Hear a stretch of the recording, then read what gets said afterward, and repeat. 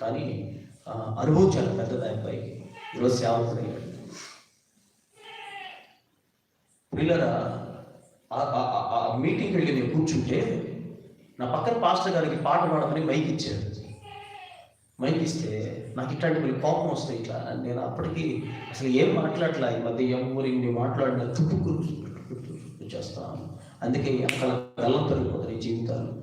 నన్ను దూషించిన వాళ్ళు, నన్ను బలహీనంగా మాట్లాడిన వాళ్ళు జీవితాలు గల్లంత అయిపోతాయి. మీరు చాలామంది తెలుసా విషయం. గల్లంతో కుటుంబాలుగా గల్లంత అయిపోతున్నాయి. తిడతా ఉంటుంది పాప. ఇక మేమే అమ్మా నాన్న వాళ్ళకి తిడుతూ ఉంటారు.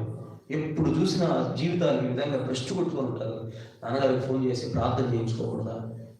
ప్రార్థన చేయించుకోవాల్సినప్పుడు గుర్తు వస్తారు మీకు. ఆయన చేత ప్రార్థన చేయించుకున్నాను. మేము ఎలా ఉన్నాం, మీరు ఎలా ఉన్నారు, మీకు ఇంత వెనకాల పరిచయం, మేము ఎలా ఉన్నాం, మీరు ఎలా ఉన్నారు. హైదరాబాద్ నుంచి పరిగెత్తుకుంటూ వస్తున్నాను మీ ప్రార్థన కోసం. ఎప్పుడెప్పుడు వెళ్దామని తెలుసు వీళ్ళకి. కుటుంబాలు చిన్నమైపోయి దూషించిన వాళ్ళు, మేలు ఒకలాగా, మేలు జరగకపోతే ఒకలాగా దూషించిన వాళ్ళందరూ చిన్నపిల్లలు. అందుకే మౌనం అయిపోతారు.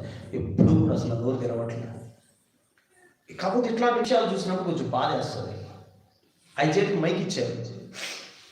మైక్ ఇచ్చి పాట పాడమంటే నేను కాదు, జోసఫ్ పాస్టర్ పాడతాను. నువ్వెవరు అసలు? నువ్వెవరు? నువ్వేమన్నా విశ్వాసం అయితే సేవకుల కొడుకులు నీకేం పని అనొచ్చు. నువ్వు సేవకుడు కదా, నీకేమైంది? నోట్లో ఏమైనా కారం పెట్టారా?